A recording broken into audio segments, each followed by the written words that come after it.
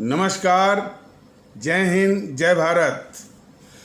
भारतीय अवाम ताकत दल अपने भारतीय भाई बहनों अर्थात अपने देश भारत की जनता अर्थात अपनी भारतीय अवाम से भारतीयता आधारित आपसी श्रद्धा, भारतीयता आधारित आपसी स्नेह, भारतीयता आधारित आपसी प्रेम, भारतीयता आधारित आपसी अखलाक मोहब्बत, भारतीयता आधारित आपसी सहयोग, भारतीयता आधारित आपसी सम्मान, भारतीयता आधारित आपसी एकता, भारतीयता आधारित आपसी भाईचारा तथा भारतीयता आधारित आपसी सद्भाव को समझने व उसे आत्मसात करके वैसा ही और उसी अनुसार आचरण एवं व्यवहार करने हेतु और इसके समस्त भारत में प्रचार प्रसार करने हेतु और इसकी अहमियत और महत्व को प्रत्येक देशवासी को समझाकर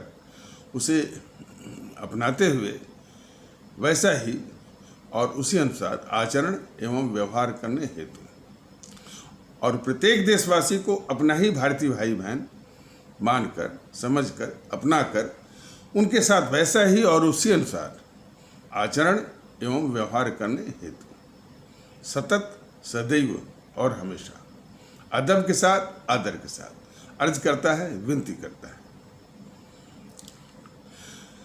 कल एक समाचार मिला, वो टेलीविज़न के किसी न्यूज़ चैनल पर दिखाया जा रहा था कि ये मायावती महोदया बीएसपी की प्रमुख वो कह रहे हैं कि अब वो ब्राह्मण सम्मेलन करेंगे और इसके पहले भी वो तमाम पासी सम्मेलन, खटिक सम्मेलन, कोयरी सम्मेलन, धोबी सम्मेलन, नाई सम्मेलन, ये इसके पहले भी इन्होंने कई इस तरह के सम्मेलन किया है और कहती हैं कि हम बाबा साहब के वसूलों को लागू कर रहे हैं, लेकिन वो भूल जाती हैं कि बाबा साहब ने तो कहा था कि जाति विहीन समाज। तो ये बाबा साहब के सिद्धांतों की हत्या करने वाले जो है दम भरते हैं कि वो बाबा साहब के सिद्धांतों को लागू कर रहे हैं, पाखंडी। और दूसरा, ये ब्राह्मण समाज या ब्राह्मण सम्मेलन करने जा रहे हैं और सुनने में आ रहा है कि जो भारतीय अवाम ताकत दल का जो ये भारतीयता की जो मुहिम है और इसका सामना करने का इन्होंने एक तरीका निकाला है कि इसी के कुछ शब्द दोहरा करके और इसके प्रभाव को कम किया जाए। ये इनकी एक रणनीति या साजिश की बात सुनने में आ रही है।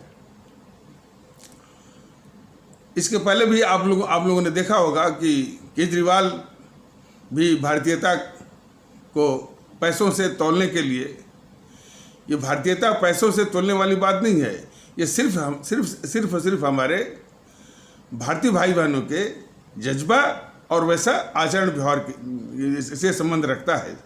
इसका ताल्लुक उसी से है। न तो ये झंडा बांटने से होगा, न तो पैसा खर्च करने से होगा, न तो ये नकल करने से होगा। तो केजरीवाल महोदय एक बार जो है 45 करोड़ रुपया इस पर उन्होंने जनता का फूंक दिया और झंडा बांटने की, भारतीयता के नाम पर झंडा बांटने। और फिर शायद गुजरात के चुनाव में, गुजरात के पंचायत के चुनाव में थोड़ी बहुत सफलता मिल गई थी, तो वहाँ भी कुछ ये उसकी नकल करने की कोशिश की है कि अब हमको जाति धर्म से ऊपर की राजनीति करनी है। फिर एक ही दिन में वो रंग उनका उतर गया और असली रंग पे आ गए कि पंजाब में जाकर कहते हैं कि यदि आम आदमी पार्टी की सरकार बनती है तो यहाँ सरदार ही या सिख ही वो मुख्यमंत्री बनेगा। तो जो इस देशवासियों को भारतीय के रूप में नहीं, मतलब कि वो देख सकता है, उसका दृष्टिकोण नहीं काम कर सकता है, उसका विचार नहीं काम कर सकता है। वो किसी को सरदार के रूप में दिखेगा, किसी को सिख के रूप में दिखेगा, और किसी को पंजाबी के रूप में दिखेगा, किसी को तमिल के रूप में दिखेगा, किसी को ठाकुर और ब्राह्मण के रूप में दिखेगा, हिंदू के रूप में दिखेगा।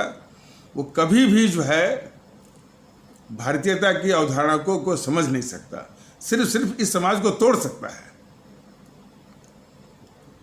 और फिर इसके बाद दूसरे नकलची आए, मोहन भागवत। तो वो कहने लगे कि हिंदू मुस्लिम के बीच में एकता होनी चाहिए, दोनों का डीएनए एक है, ये है वो है।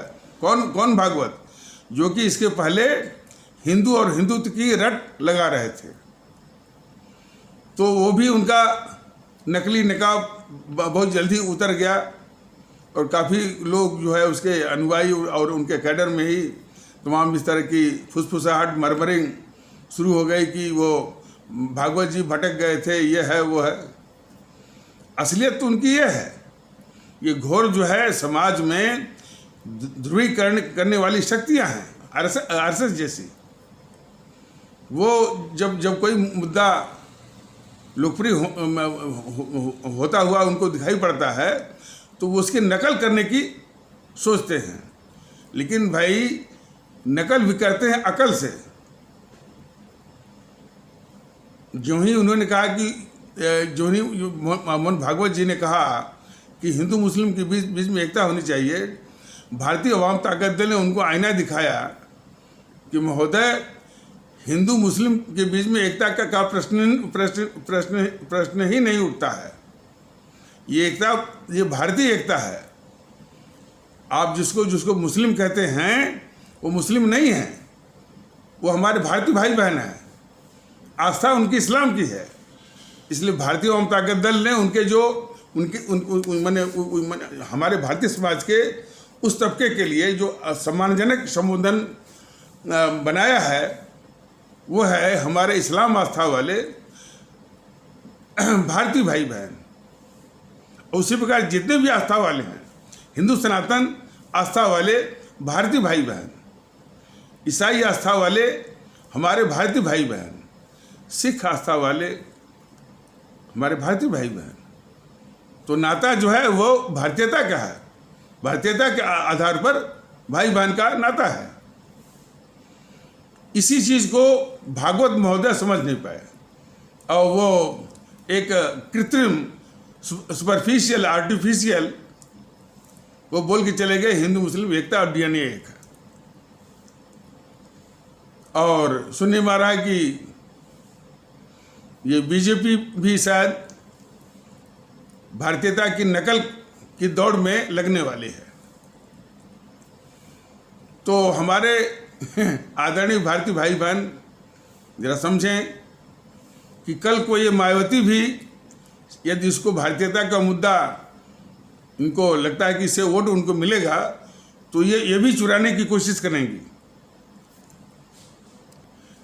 तो गौर करने वाली बात है कि ये भारतीयता का माला भी जपेंगी और ब्राह्मण सम्मेलन भी करेंगी, अनुसूचित जात अनुसूचित जात का सम्मेलन भी करेंगी।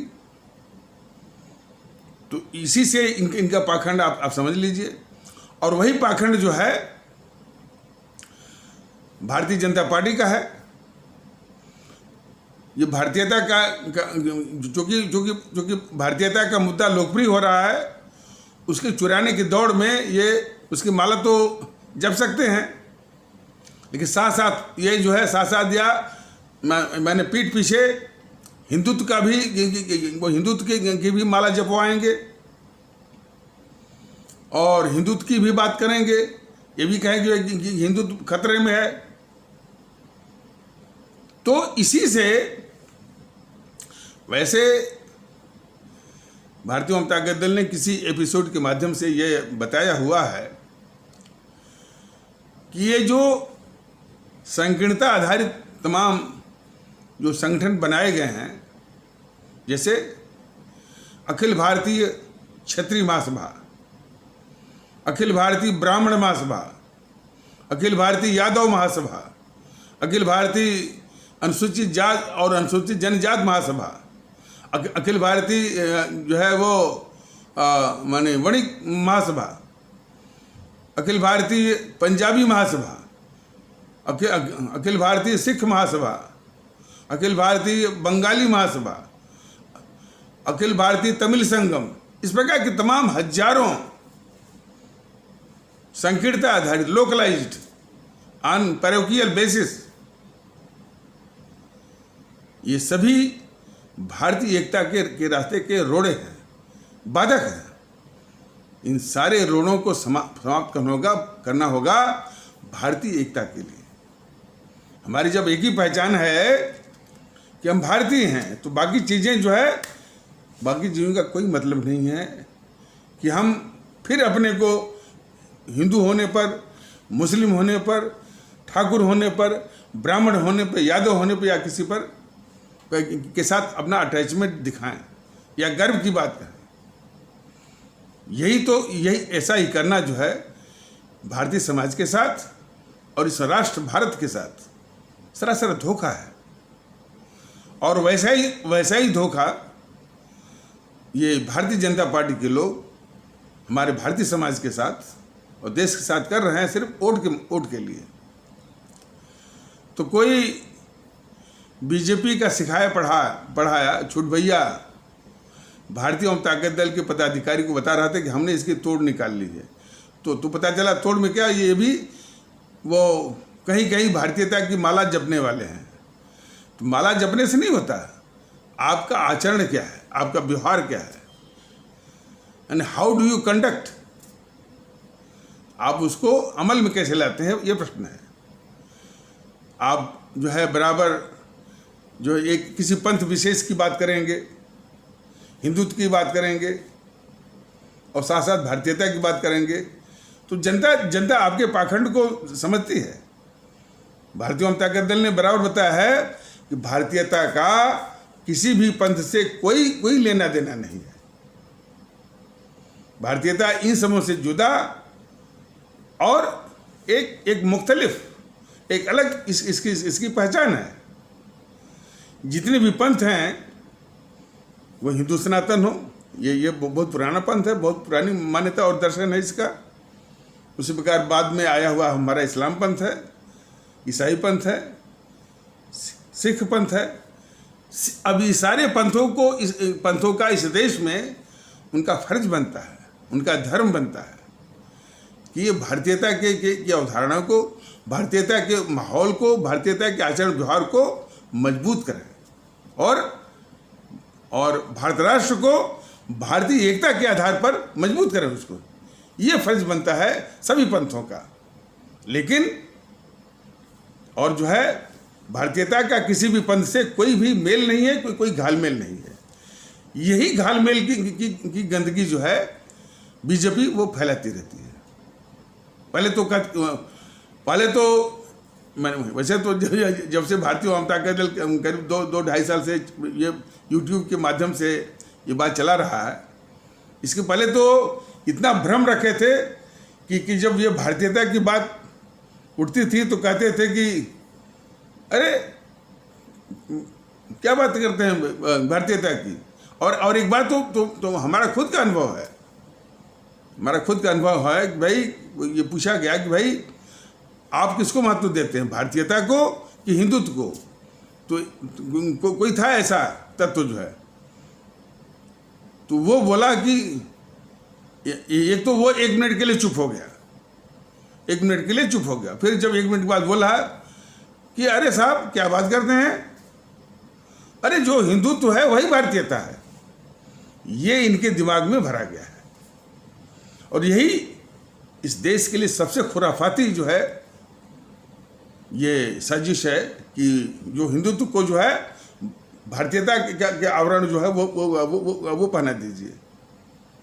तो यदि आप किसी पंथ के ऊपर जो है भारतीयता का आवरण पहना करके या राष्ट्रीय अपराध करेंगे तो दूसरे भी तत्व बैठे हुए हैं, वो आपसे कमज़ोर नहीं हैं, वो आपसे कम बुद्धिमान नहीं है, वो भी उसी के ऊपर भारतीयता का वो आवरण वो पहना देंगे। और तब इसी से जो है भारतीयता जो भारतीयता होनी चाहिए सच्चे अर्थों में, उसका सत्यानाश हो जाएगा।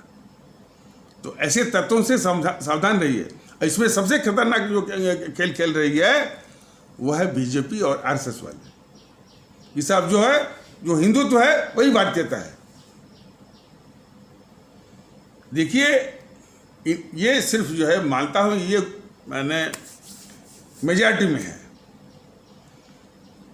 मैंने इनका माने बहुमत है, और दुनिया में कहीं है भी नहीं, यही है, ये भी बात सही है।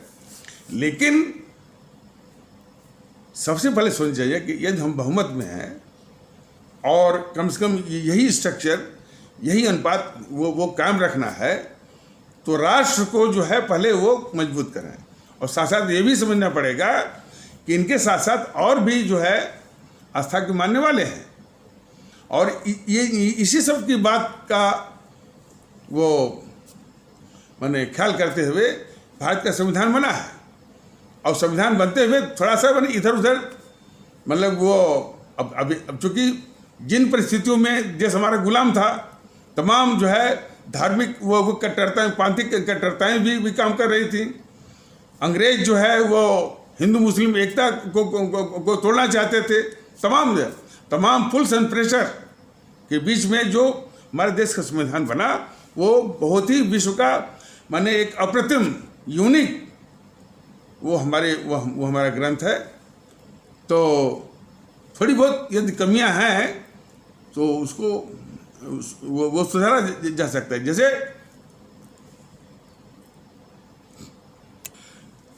देश में भारतीयता के माहौल को लाने के लिए एक बात का स्पष्टता पहले भी बताया गया, अभी बताना जरूरी है कि किसी को भारतीय बनाने की जरूरत नहीं है।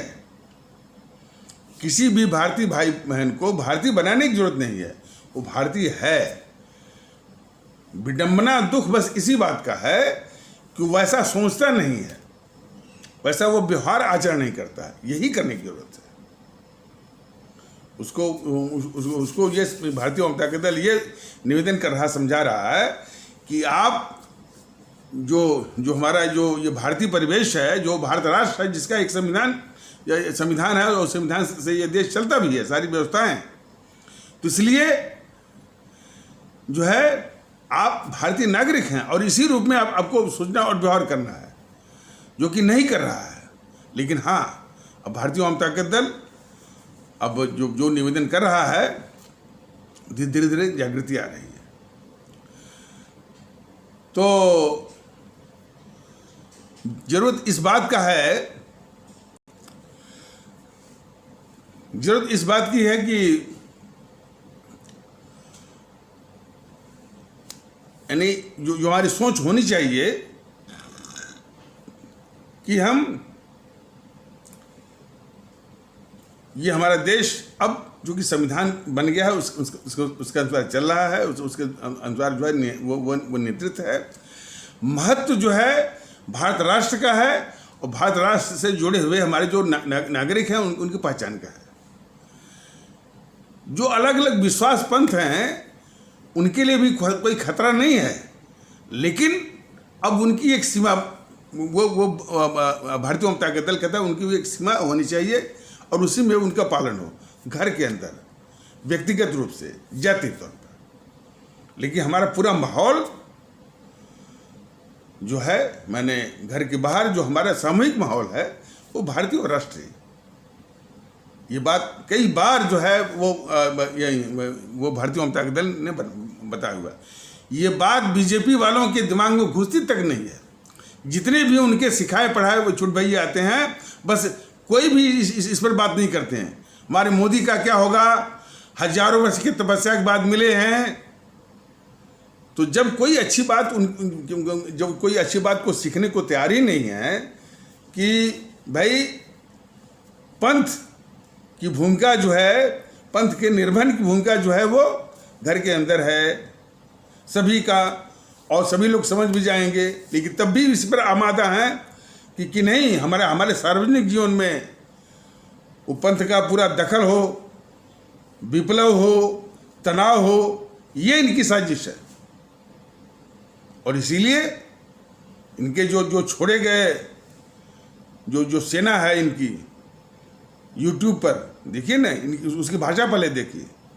जो पुष्पेंद्र कुलश्रेष्ठ क्या बोलता है कि सारा काम सरकार थोड़ी करती है, ये काम आपको करना है।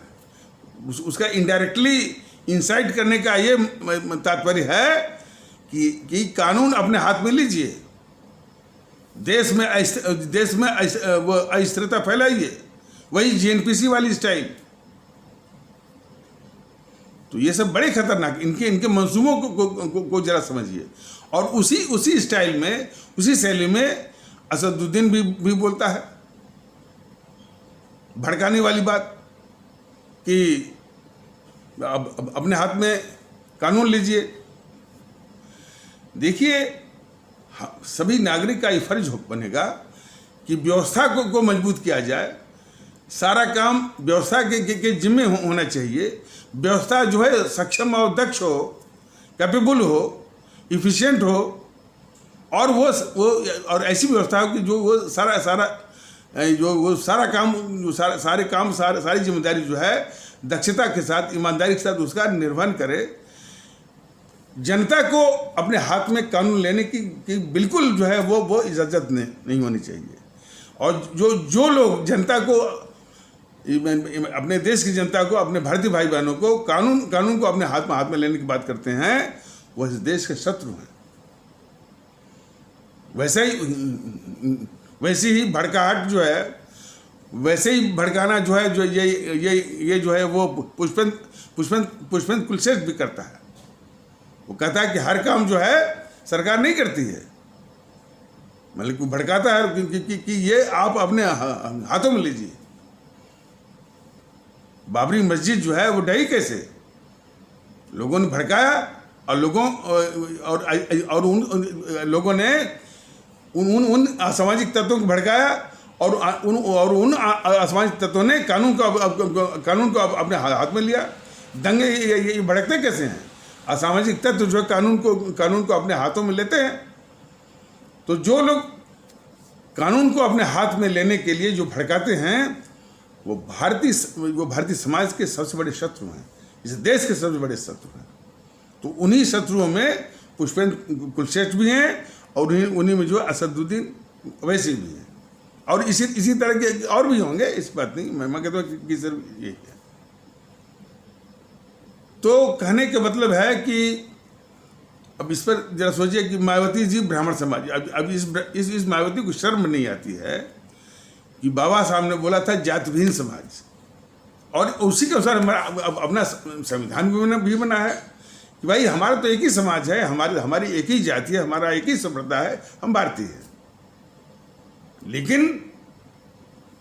अब ये मानने को तैयार नहीं है, तो कौन मनाएगा इनको? आप मनाएंगे। भारतीयता के आधार पर एक होकर के इन सारी शक्तियों को नष्ट में नाबूद जब आप कर देंगे, तब इनकी अकल खुलेगी। मायावती की अकल खुलेगी, अखिलेश की अकल खुलेगी, मुलायम की अकल खुलेगी, लालू की अकल खुलेगी, ममता बनर्जी की अकल खुलेगी, मोदी जी की भी खुलेगी, और जो राहुल है जो गद्दारी करता है उसकी भी अकल खुलेगी। कब? जब आप इन ताकतों को इनके औकात दिखाएंगे। औकात कैसे होगा? कि आप भारतीयता के आधार पर एक हो करके बैलेट बॉक्स पर, बूथ पर, मतपेटी पर और ईवीएम मशीन पर, तब जाकर के इनकी आदत छूट जाएगी। ये कोई कह रहा था कि ये जेएनपीसी, गांधी नेहरू परिवार चांडाल चौकड़ी, और उसका ये राहुल गांधी दिन रात हमारे देश के खिलाफ वो उसकी गतिविधि जारी है, वो उसकी देश के खिलाफ गद्दारी उसकी जारी है। अब ये देश को देखना होगा कि मोदी जी कब तक जो है इस गद्दार राहुल से देश के खिलाफ गद्दारी करवाते रहेंगे और कब तक इसको पालते रहेंगे। तो और इसके जितने भी नेता हैं, कार्यकर्ता हैं, वो सब झूठ और अफवाह। देखिए, जो बड़े अपराधी होते हैं झूठ और अफवाह उनका सबसे बड़ा हथियार होता है। अब चूंकि झूठ और अफवाह बोलने की कोई सजा नहीं है, कोई दंड नहीं है, कोई रुकावट नहीं है, कोई उनके धंधे में कमी नहीं आ रही है कुछ, बल्कि उनको फ़ायदा है कि ये झूठ बोलेंगे और झूठ बोलते रहेंगे तो कभी तो लोग इसको वो सच मानेंगे। तो ये हमेशा झूठ और अफवाह इनका सबसे बड़ा हथियार है। भारतीय जनता दल की अपने आदरणीय भारतीय भाई बहनों से विनती है कि इनके झूठ अफवाह पर जरा भी ध्यान देने की जरूरत नहीं है। और बड़ी खुराफात भरी एनपीसी का, जैसे बताइए हमारे सरदार पटेल ने जो एक तो ये अंग्रेज जब यहाँ से गए तो जो प्रिंसली स्टेट्स थे, राजे राजवाड़ों का जो की रियासतें थी नवाबों की, वो 562 थी। तो 562 रियासतों को इन्होंने अपनी दृढ़ इच्छा शक्ति और कूटनीति, और इसकी कूटनीति को देख करके ही जो है अंग्रेज इनको आयरन मैन कहते थे, लौह पुरुष, कि इनकी कूटनीति के आगे अंग्रेजों की भी कूटनीति जो है विफल हो जाया करती थी। उसको मिलाकर के भारत बनाया। उसके विषय में जो इनका सहयोगी रहा, मैंने ये सरदार पटेल जो है वो इस कांग्रेस में ही थे, उसके सहयोगी थे। उसके विषय में ये सुना गया था कि ये कोई कांग्रेसी चमचा बोल रहा था कि ये पटेल तो इधर उधर जो है वो लखरों की तरह नहीं घूम घाम रहे थे, और इनके जो बड़े भाई हैं विठल भाई पटेल, तो विठल भाई पटेल ने नेहरू से कहा कि भाई जरा इसको भी कोई काम धाम दिला दो, तो इन्होंने कांग्रेस में शामिल कर लिया, इसलिए वो सरदार पटेल हो गए। तो ये सब झूठ बोलने में बहुत आगे हैं। जैसा कि बताया गया है कि किसी ने कहा कि साहब आप नेहरू को इतना गद्दार क्यों कहते हैं। मतलब भाई उससे गद्दारियों की कारनामे बहुत हैं। इन सबों ने जो है वो दबा कर के छिपा कर देश के सामने जो है वो मतलब कि वही नहीं बल्कि जो उसके साथ था वो मोहनदास करमचंद गांधी भी, तो एक को इन सबों ने देश का बाप बना दिया, और एक जो है वो देश का वो चाचा हो गया। बताइए, इन दोनों गद्दारों को एक हो गया, एक को बना दिया देश का बाप और एक को बना दिया देश का चाचा। कौन?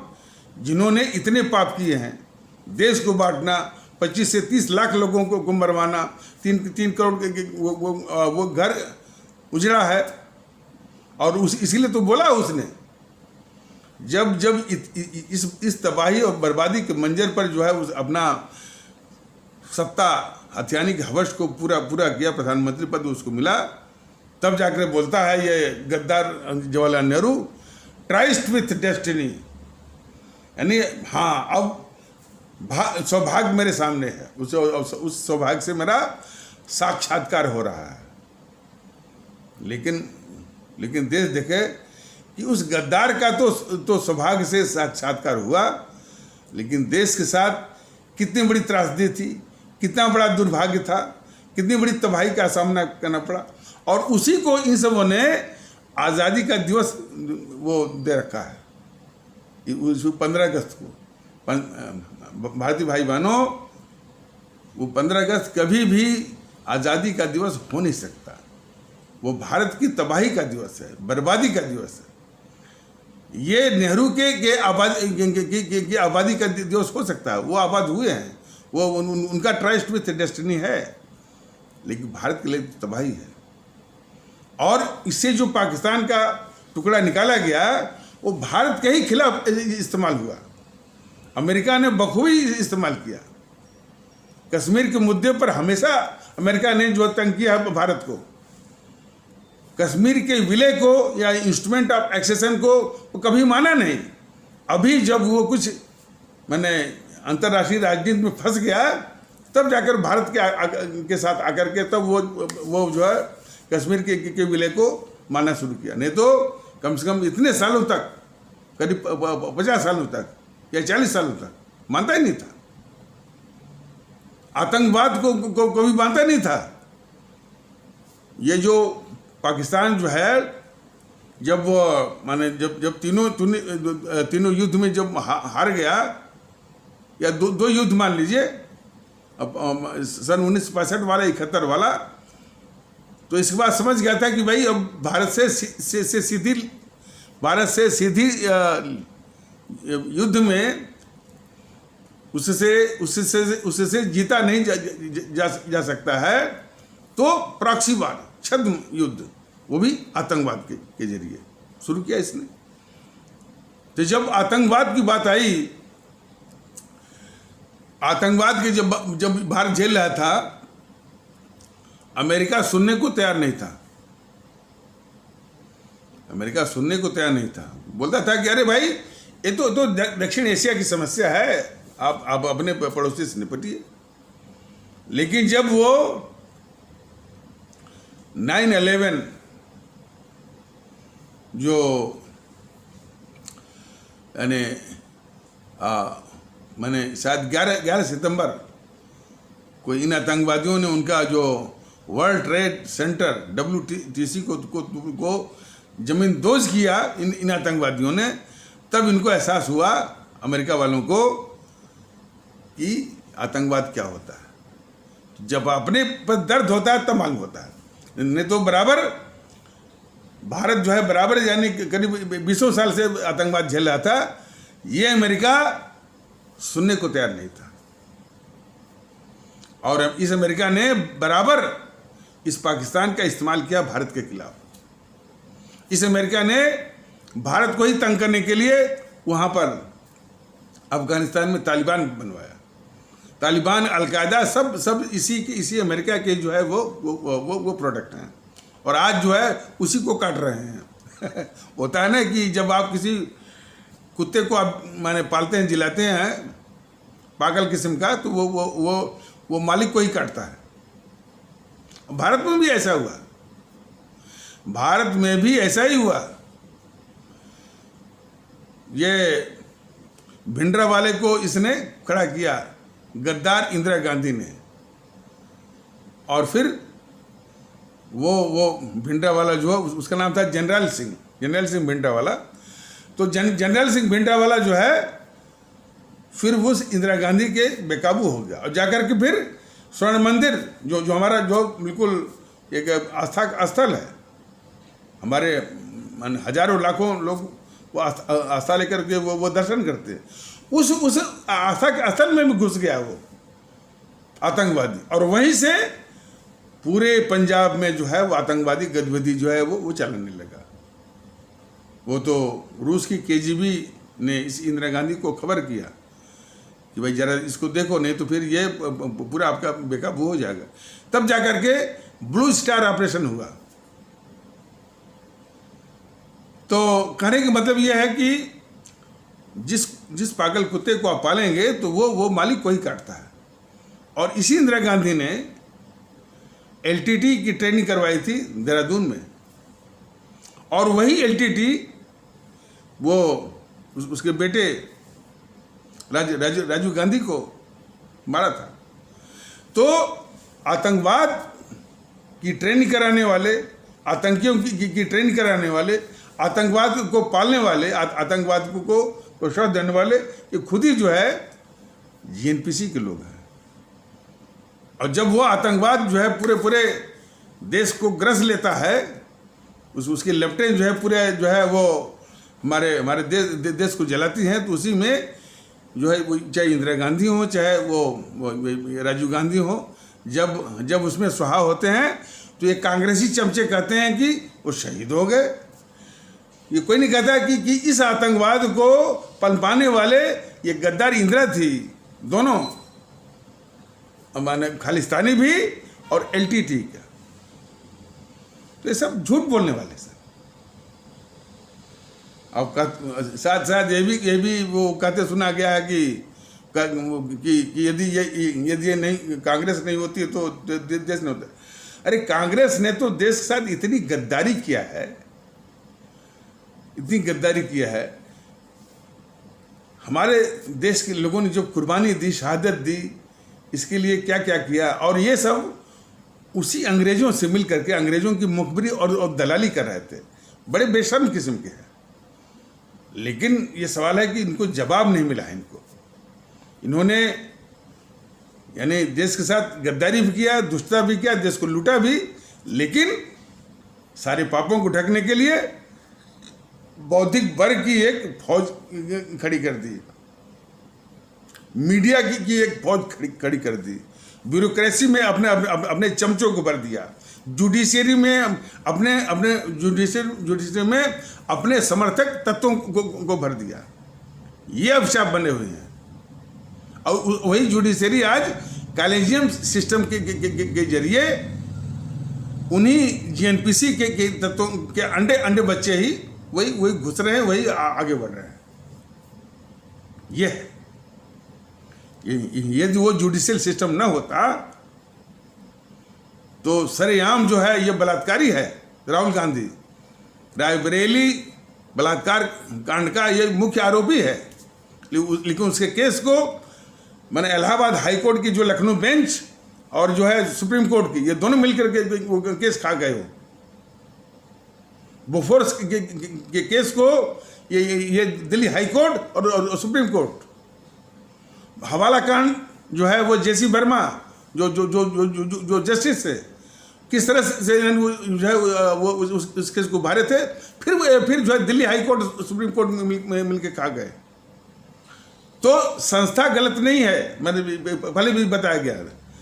इन समूहों ने हर संस्था में अपने आदमियों को, अपने चमचों को, अपने टाउट्स को बिठा करके संस्था के उद्देश्यों को भी बर्बाद किया है। तो ये हर तरह से इस देश के दुश्मन है, लेकिन उनको जवाब नहीं मिला है। तो हमारे आदरणीय भारतीय भाई बहनों, भारतीय एकता की सख्त आवश्यकता है। और ये आज जो छोटे मियाँ हैं, जो ये बीजेपी वाले, आज उन्हीं के हर पाप को ढक रहे हैं। देश अपने दुश्मनों को पहचान नहीं पा रहा है।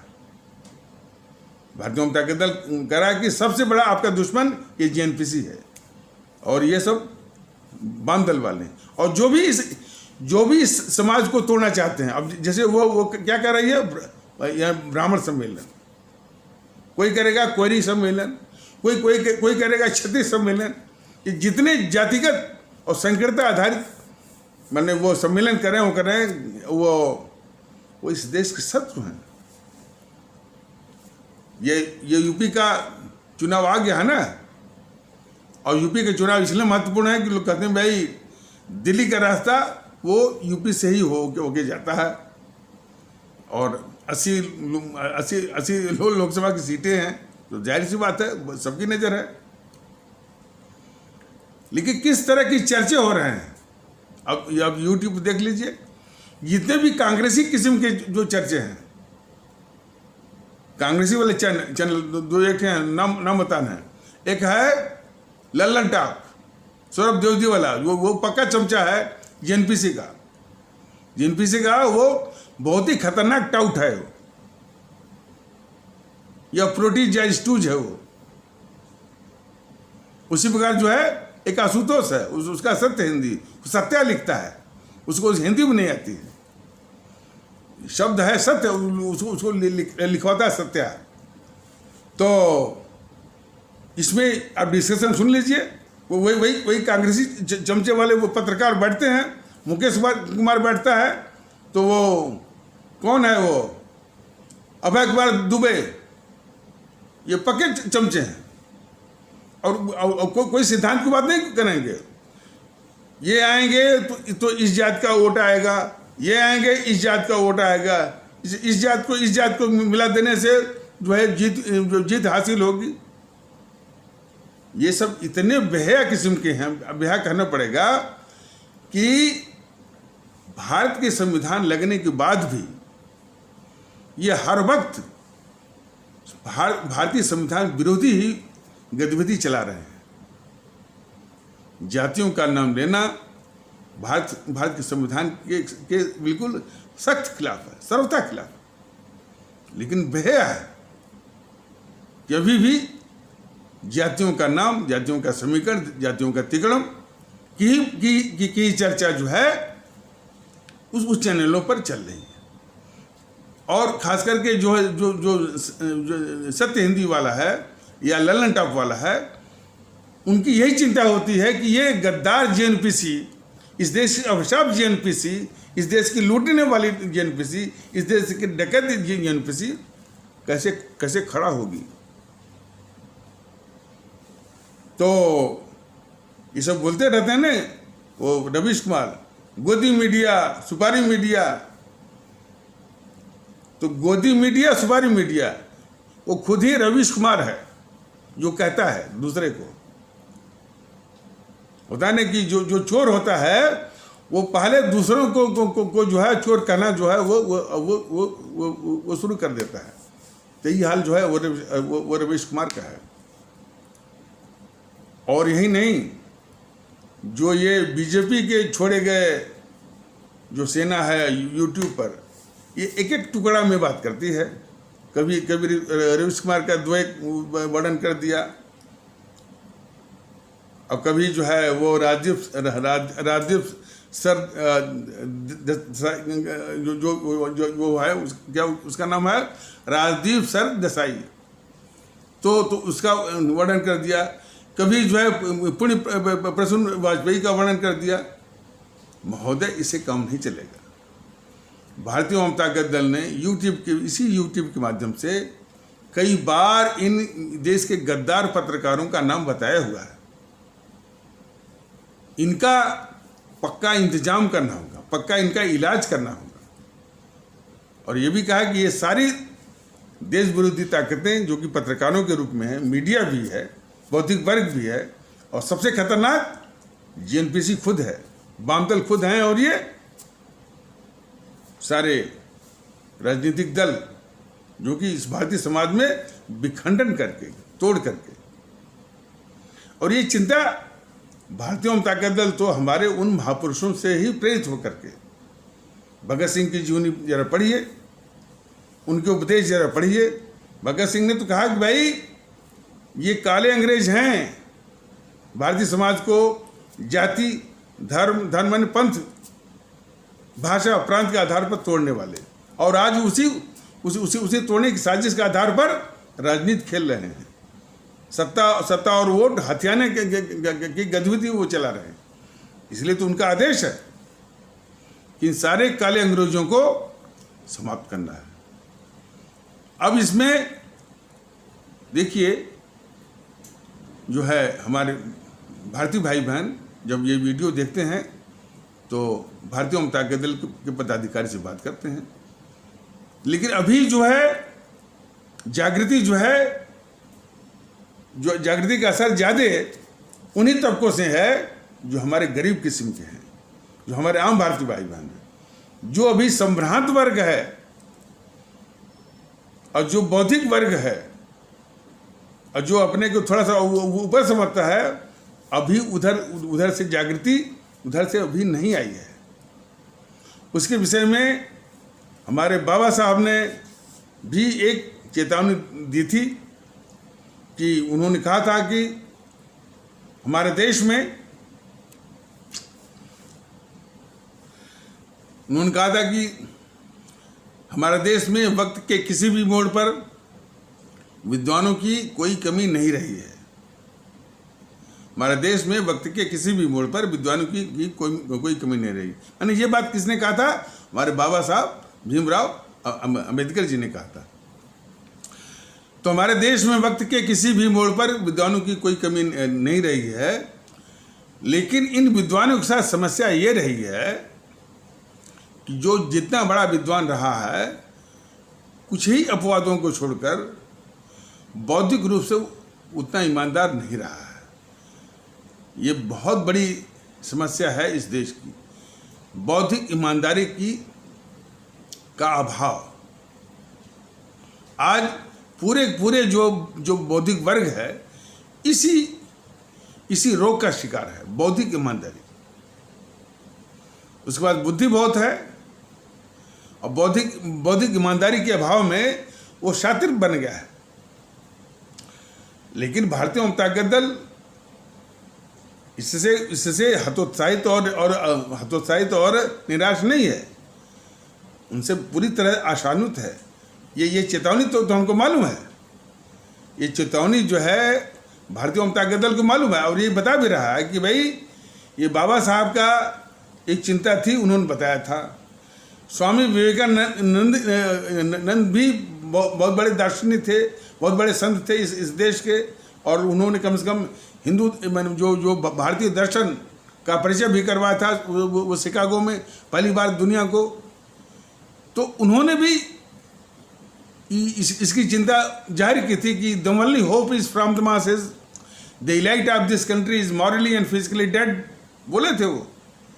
लेकिन इन सब के बाद भी भारतीय जनता दल वो बिल्कुल आशान्वित है कि हमारा वो जो बौद्धिक वर्ग में ये जिम्मेदारी का एहसास आएगा कि देश उनका है, देश की सर्वोच्चता का आभास उनमें होगा, और यदि वो अपनी क्षमता का, पोटेंशियलिटी का, क्षमताओं का, ऊर्जा का, खास करके जो रिटायर्ड हैं, जो सेवानिवृत्त हैं, तो कम से कम हमारे भारतीय भाई बहनों में भारतीयता का एहसास, भारतीयता आधारित एकता का एहसास, भारतीयता आधारित आपसी भाईचारा, आपसी सद्भाव का एहसास, और किस तरह के लोगों को वोट करना है, ये सबसे बड़ा सवाल है।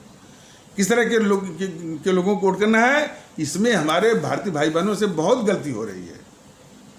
अपने दुश्मनों को ही जो है, देश के दुश्मनों को ही, भारतीय समाज के दुश्मनों को ही अब तक वोट करते आए हैं। ये बहुत बड़ा एक राष्ट्रीय अपराध हुआ है। लेकिन जब से जागिए तभी से सवेरा, कोई बात नहीं। अब जो है देश की सोचना है, अपने अवाम की सोचना है, अपने भारतीय भाई बहनों की सोचना है। इसलिए इन दुश्मनों का नाश करना है। इसे जो है जो इलेक्शन प्रोसेस है, और इलेक्शन प्रोसेस जो है सबसे शांतिपूर्ण तरीका है।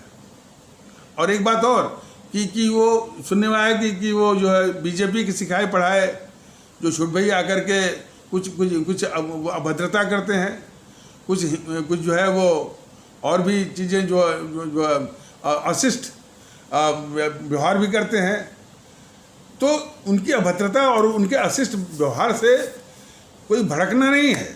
वो करेंगे और वो चले जाएंगे। हमारा क्या कर्तव्य है कि हम अपने मन को मजबूत करें। इन सारी शक्तियों को नष्ट में नाबूद करना है, ये मन में ठाने, और उसका बिल्कुल वो प्रतिफल और उसकी प्रतिक्रिया सिर्फ ईवीएम मशीन पर दें। ये करने की जरूरत है, बिल्कुल शांतिपूर्वक। इसीलिए तो इसका नाम है वेलवेट रेवोल्यूशन, शांतिपूर्ण क्रांति। तो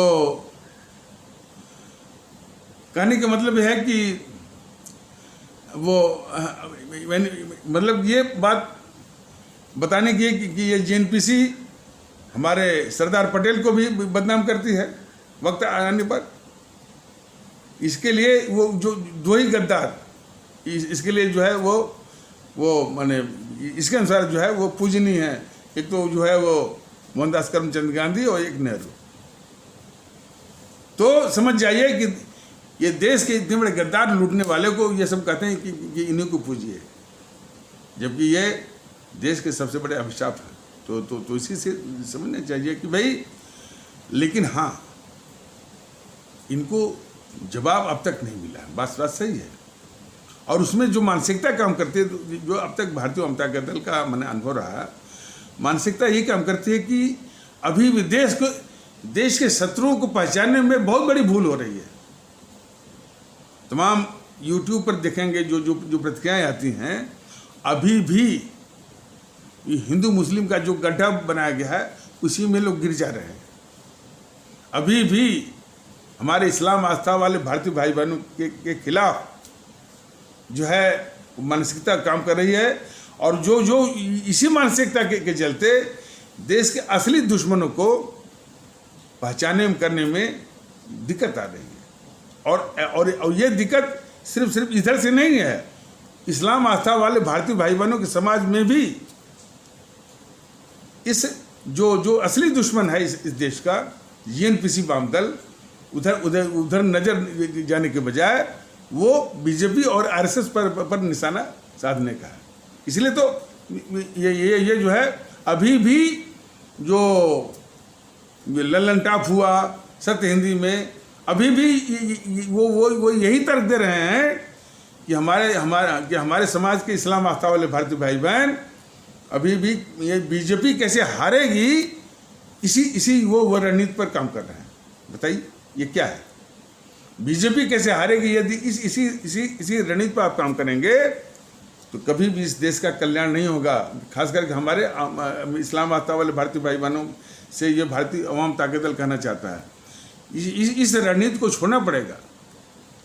आपको भारतीयता के आधार पर एक होकर के सिर्फ बीजेपी नहीं, ये बसपा कैसे समाप्त होगी, जीएनपीसी कैसे समाप्त होगी, वामदल कैसे समाप्त होंगे, सपा कैसे समाप्त होगी, टीएमसी कैसे समाप्त होगी, आरजेडी कैसे समाप्त होगी, इसको सोचना है, सिर्फ बीजेपी नहीं। ये अवधारणा जो है वो तोड़ना पड़ेगा। और असदुद्दीन गिरोह कैसे समाप्त होगा, ये सबको समाप्त करना पड़ेगा। और पुष्पेंद्र कुलश्रेष्ठ गिरोह के लिए तो एक अभियान वो चलाना पड़ेगा, जो ये इस तरह के खतरनाक गतिविधि चला रहा है और हमारे भारतीय समाज में गंदगी जो फैला रहा है उसको भी रोकना पड़ेगा। तो इन्हीं आवश्यक शब्दों के साथ इस आवश्यक परिचर्चा को यहीं पर विराम दिया जाता है। तब तक के लिए नमस्कार, जय हिंद, जय भारत।